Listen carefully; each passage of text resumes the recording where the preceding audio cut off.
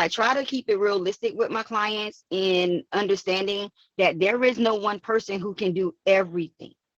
It is okay to ask for help. The thing to asking for help is ensuring that you are asking the right person or people, making sure that you're delegating tasks to those people who actually can complete what those tasks are, which minimizes me having to be a micromanager over that same task.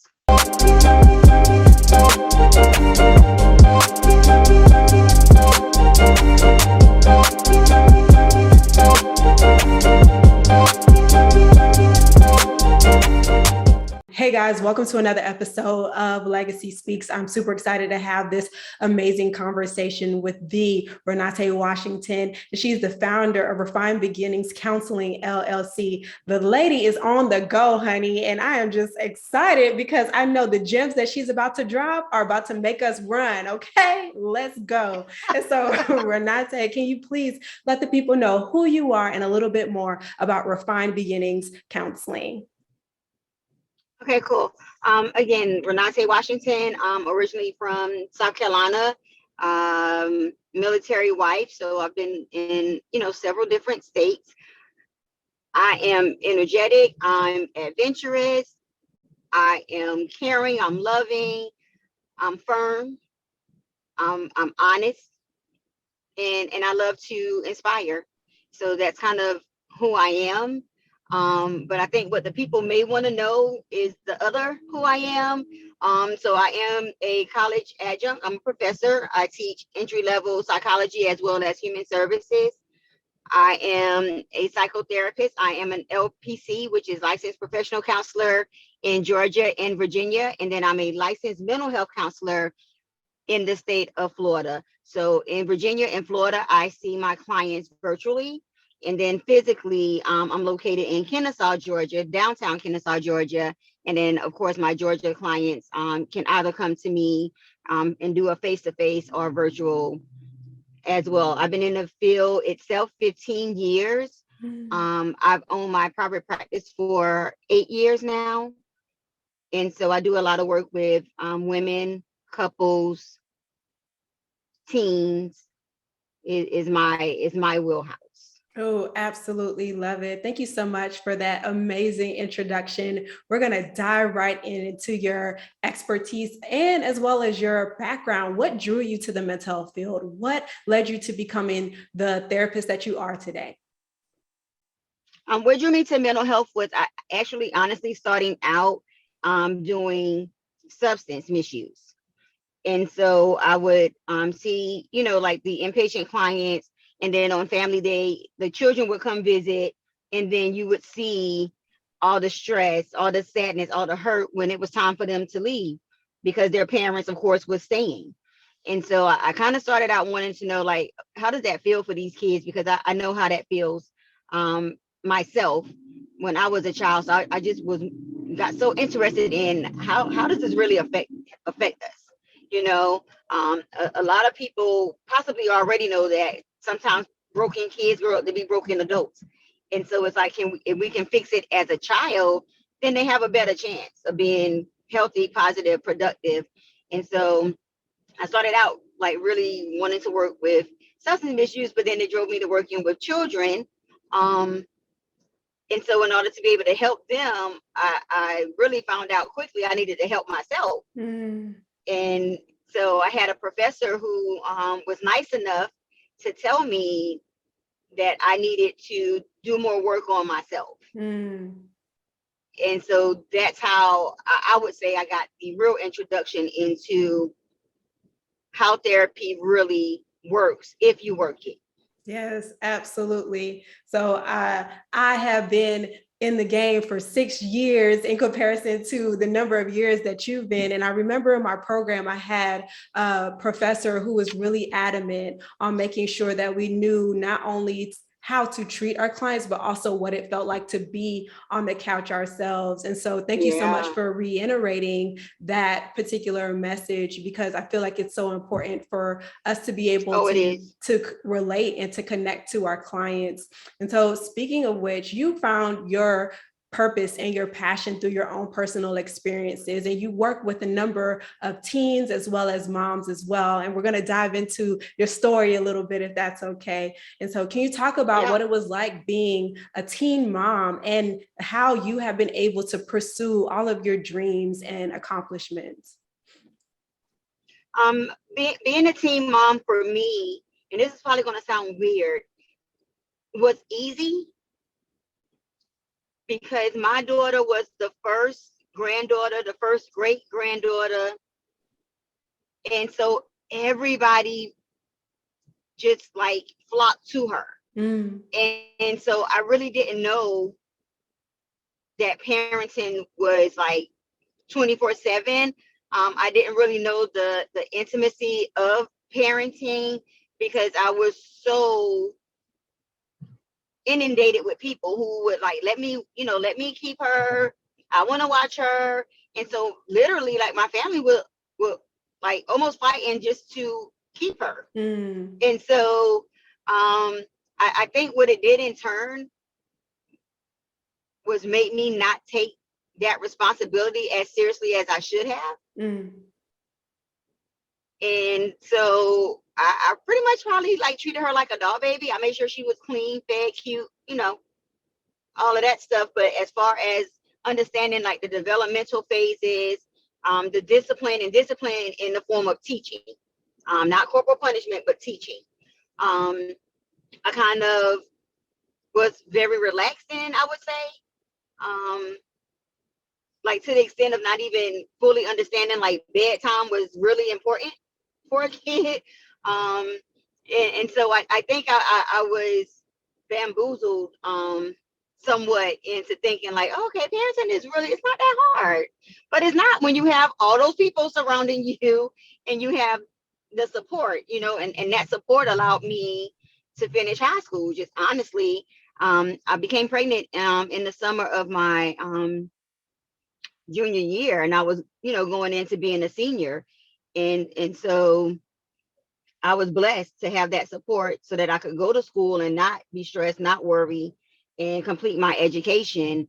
But I still, in hindsight, feel that like that was kind of like a setup because I thought like, okay, if I have more kids, like I'm going to have all this help. And so whatever, it's not as bad as they make it seem.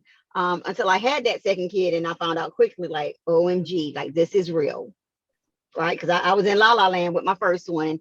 So I was blessed, like I said, to be able to finish school, high school, because a lot of people, they drop out in high school because that responsibility is great. And they do have to work to make money, to care for their child.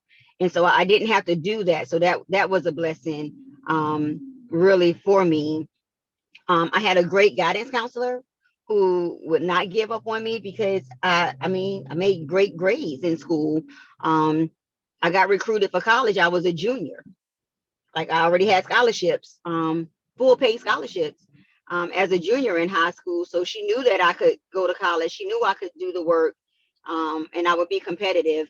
So she was like phenomenal for me to have, just to have that extra push, because I come from a family who has generational teenage parents.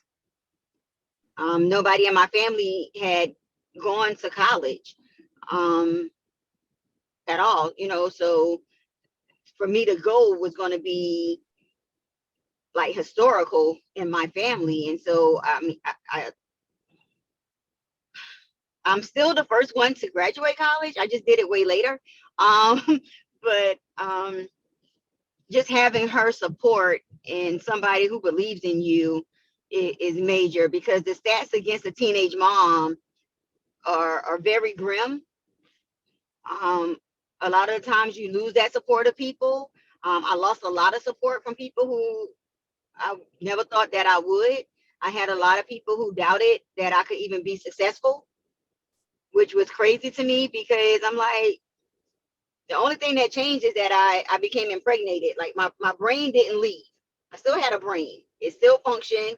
It still worked, but just because of where I'm from, and I'm from the South, you know what I mean? So in the South, there's not a lot of resources in the South. Depending on where you are, you see generational teen moms and you don't see them in the best light. They're not presented in a way that you can be like, oh, okay, well, she made it, so can I. I didn't have that. And so I went to college still at 18. I graduated. I went to college. It didn't work. It didn't last because I saw other people with their kids, and I'm like, well, they're doing it. Like, so why can't I? And I went back home, and then it just spiraled downward. Honestly, it did not go in the direction that I initially had planned, and so it threw me off. And versus my being resilient, versus my continuing to say to myself, hey, you can do this, you just have to do it a different way. I can't lie, I really just went back home and I fell right in the hole, like to the very bottom of that hole. And I sat in that hole for almost 10 years. And hear me clearly, I was 18. I sat in that hole for almost 10 years before I met my professor, who said that, hey, you can be great, but you're in your own way. And I didn't really understand it at that time. But I tell people about her because I overstand it now. And having that regret and holding that guilt and having resentment and being angry and isolating myself.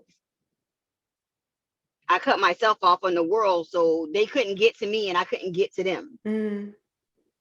And so that's kind of what happened with me in being a teenage mom versus me beating the stats that I said I was going to beat. I fell right in the hole.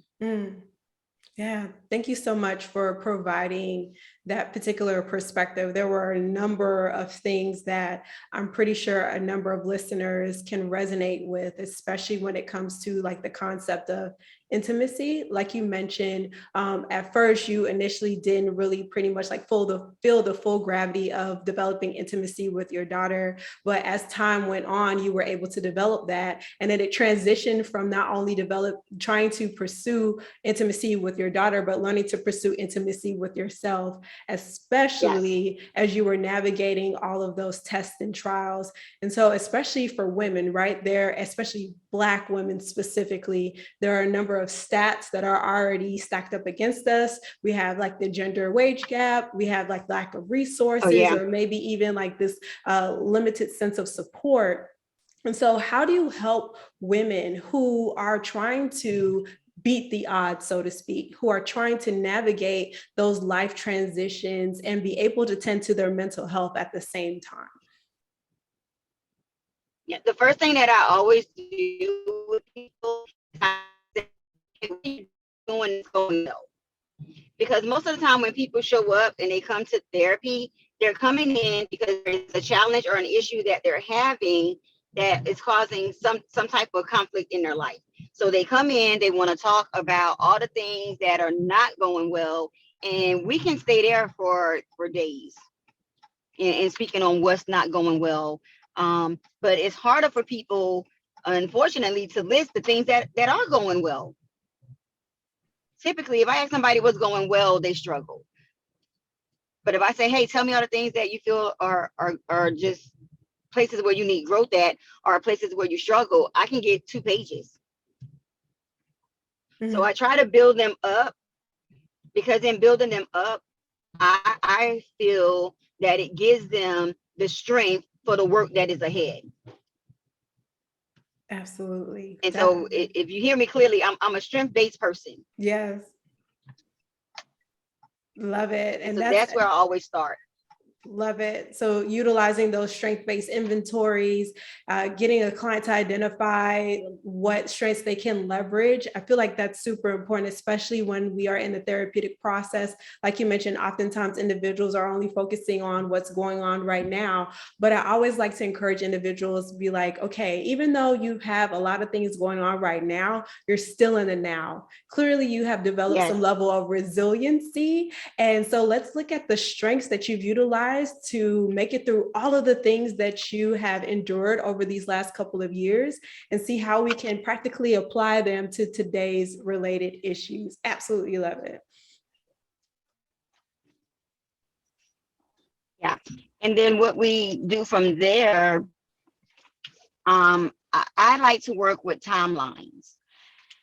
Timelines for me almost work like pictures in a sense, because Mm, you can look at pictures and you can see when people were happy. You can see possibly when people were unhappy. You can see when people may have removed themselves from those pictures as well. You can see when that person comes back into those pictures. And so I use timelines of pictures. I use timelines in the true sense of what we learned in school in 1980, 1990, 2000, and try to almost like a genogram in a way. yeah. But it's really more linear because I'm not looking at patterns of people per se and family lineage. I'm just looking at this person's timeline of events and things that have happened so that we're able to pull out those moments of strength, like you said, and that resiliency, when we're able to pull out maybe, when things started to become a challenge, and then look at how long has it been a challenge, Yes. and then looking at what solutions, again, like you said, what solutions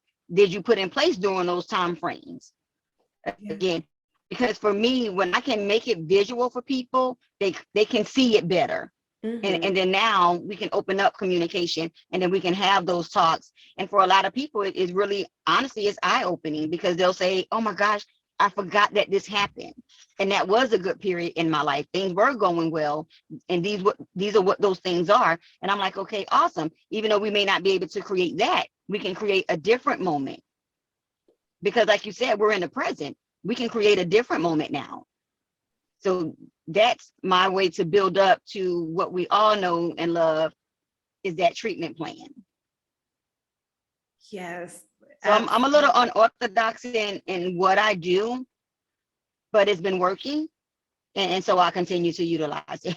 Yes, do what works best for you and your clients. And like I mentioned, like this conversation is very much needed. There are a number of women out there who are trying to navigate just life in general. There are just so many Yeah, different things that women endure on a daily basis, whether it's misogyny or patriarchy or racism or things of that nature, or maybe even just like workplace related chaos, or maybe even issues in the home.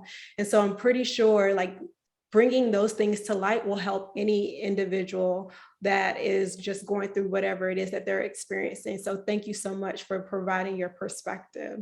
Even when you were talking about taking those pictures, immediately I thought about creating a highlight reel, right? On social media, we have those reels and it gives you like those little yes, snapshots of what's going on. And it's important for us to clear the fog and create some level of clarity in order to remind ourselves of those particular conglomerates of the reels.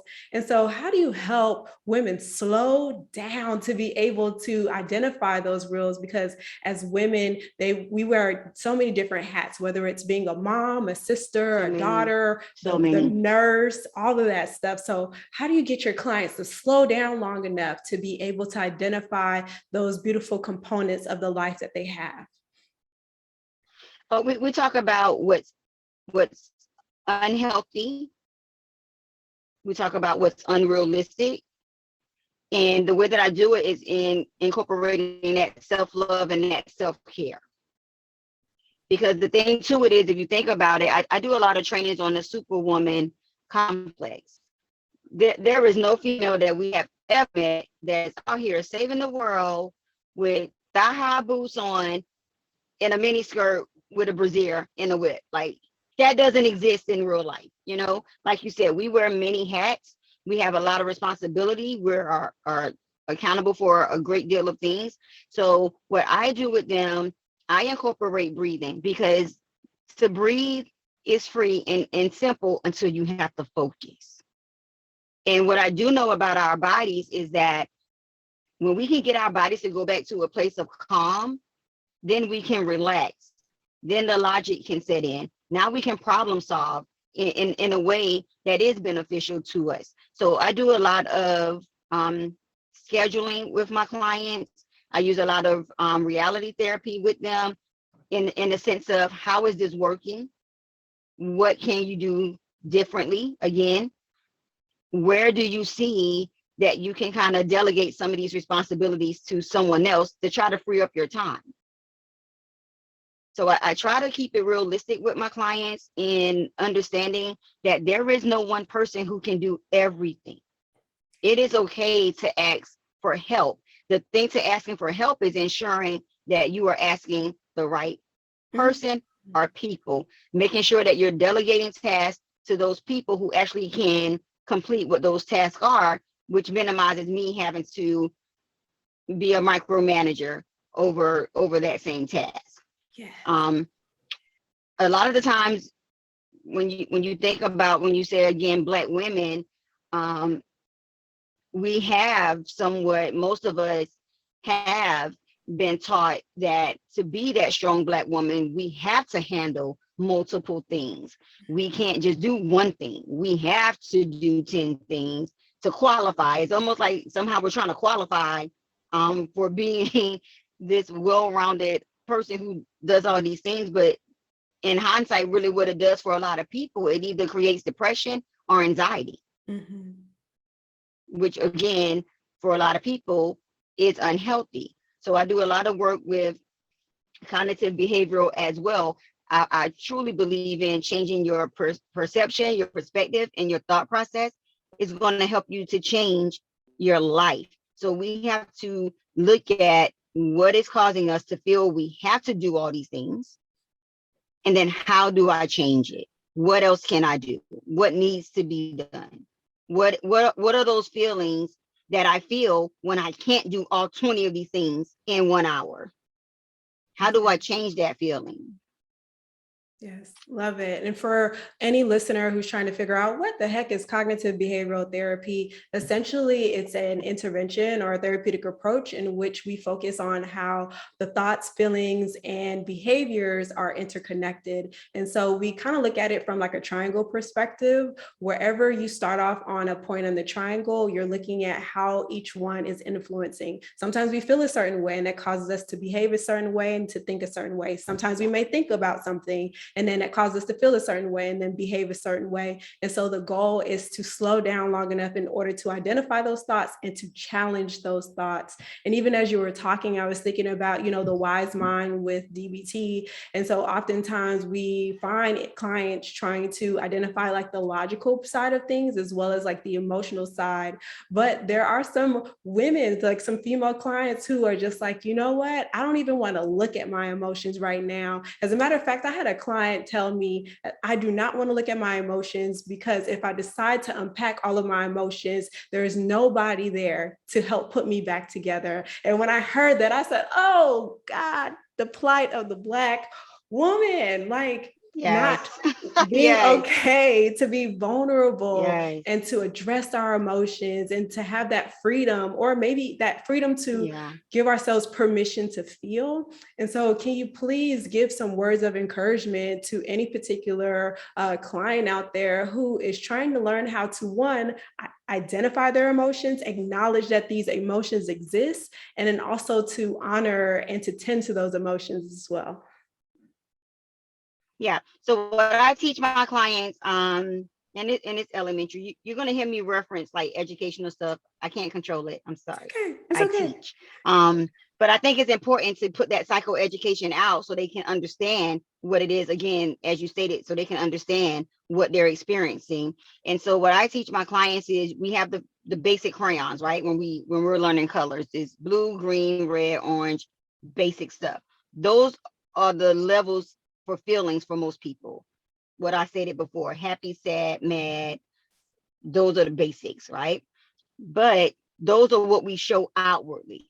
So if I see somebody outwardly showing anger, I'm automatically thinking, what is happening in here? Because what we show outward is just what we're feeling inward. So what is really happening when somebody shows me anger? Is that person feeling scared? Is that person feeling lonely? Is that person feeling unloved? Is that person embarrassed? Is that person disappointed? That's that second layer of those emotions, because something caused you to outwardly show that anger. Something caused you to cry those tears that you're crying. Something caused you to isolate yourself from from people. Something caused you to feel flustered. What is that? And that's where we have to look at first. Then when we can identify what that is, then as you stated, we can look at what is causing it. What is causing it? And a lot of times you'll hear people say, "Oh, well, what's the underlying issue?" And I'm like, can we stop doing that? Stop doing that. What are you feeling beneath the anger? What caused that feeling? Again, and I still always go to my cognitive behavioral. What you feel creates your thought, then your feelings plus that thought is what you're going to show. So what is happening in those moments? And then being able to teach somebody how to separate what they feel from who they are. Just because I feel a certain way doesn't make me that way. So many people come in my office and say, "Oh yeah, I'm full of anger. I have anger management issues." And I'm like, "Well, are you sure that you have anger management issues? Or are you dealing with emotions that you have yet to be able to label and identify how it makes you react?" Mm. I am not anger by any means, but people will attach those feelings to who they are. But you have to be able to separate, because I can be the nicest person on the planet. However, I still can feel hurt, which can make me act out in anger. Mm. It doesn't make me an angry person though. So those are my two ways to try to help my clients deal with emotions. Because again, I agree with you 100%. I wasn't really allowed to have emotions. I wasn't. So when I first was introduced to emotions, I was scared. I was standoffish. I was like, "Whoa, wait a minute. We don't feel. We don't cry. We don't complain. We just get on through it. Whatever Mm. happened to me, that's fine. Let me just get through it." I never knew to stop to say, what is happening right now? Why am I feeling this way? How can I change what I'm feeling? I didn't know that existed. Like, I was floored. I'm like, I can feel for real? Like, get out of here. Yeah, I've been working in the substance abuse space for about 6 years now.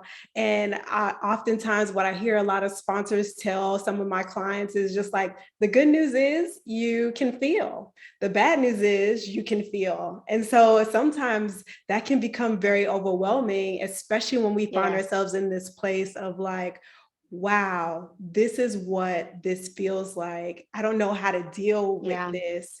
And so I greatly appreciate the work that you do, especially the name and the intentionality of your practice. And so you are helping individuals to expand their scope and to be able to redefine what it looks like to operate in what they're experiencing, rather than just pushing things aside or, Yeah. okay, I'm just going to keep plowing through. Let me keep my head down. Let me just continue to bear through this. You know, grandmama, mama, aunties, they've all done it too. And, you know, they've been able to survive. So let me just put all these Yeah. feelings in a box and keep it moving. And so thank you for encouraging women, especially Black women, to redefine what wellness looks like.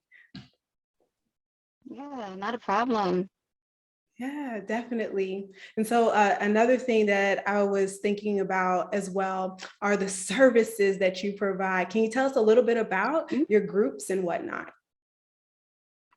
Oh, definitely. So, like I said, the teen group focuses on all things, again, self, because in that developmental stage, there's hormones. It's figuring out the friends.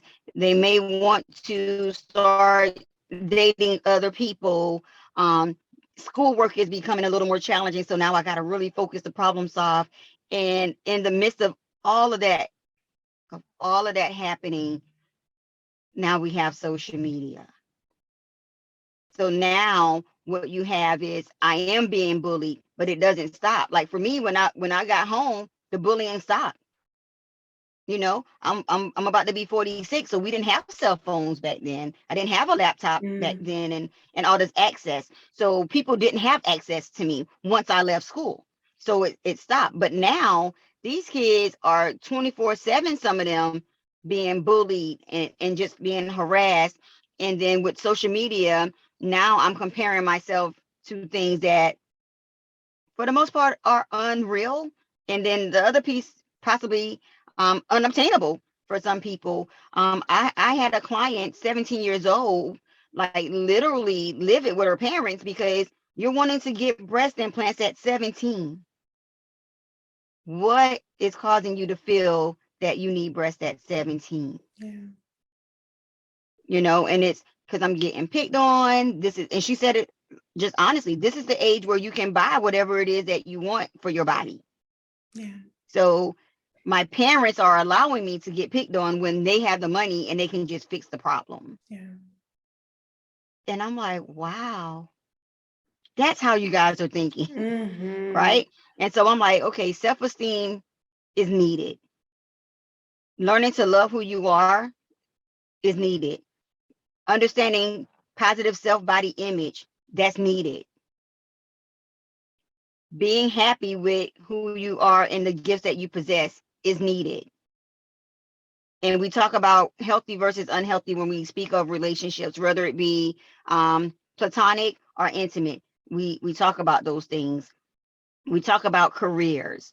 We talk about being a help to others. When you see other people who are as well being bullied, how can we help other people? How do we give back in kind? So we do a lot of that in the group for the teens. For the women's group, almost the same thing, just of course it's on a higher level because the the experiences of course are different. So we again talk about self-identity, self-esteem. We talk about careers. We talk about relationships. We talk about the changes in our bodies. My groups are typically about 35 to 50. So we talk about those changes. We talk about um unfortunately hormone changes again, right? Because somehow we are blessed to have all these hormones and all these changes. So we even talk about the hormone changes again and not having that high libido. So maybe I am having problems, being intimate because then I'm afraid that I can't fulfill my husband's needs and perform sexually because my hormones. So we talk about that. We talk about parenting. We talk about the truth in parenting. Like sometimes, yeah, I do not like my child's behavior, but this is also still a child that I've disciplined. So we talk about those things. We talk about being healthy in reference to making sure we're going to doctor's appointments, making sure we're speaking up about our health, making sure that we're being heard. If I show up and I tell you that I feel that these are the symptoms and these are the things that I'm experiencing, don't let them disregard you. You know your body. You know your body. And we have those conversations and they're honest, they're open. We talk about business as well, because I think that's important. I Mm-hmm. think Black women right now, oh my gosh, we have inundated this world of being business owners and entrepreneurs. And like we are winning. We are winning. So we talk about that as well. And we celebrate that. I think that's important. Um, I'm trying to put together a group for moms and daughters Mm-hmm.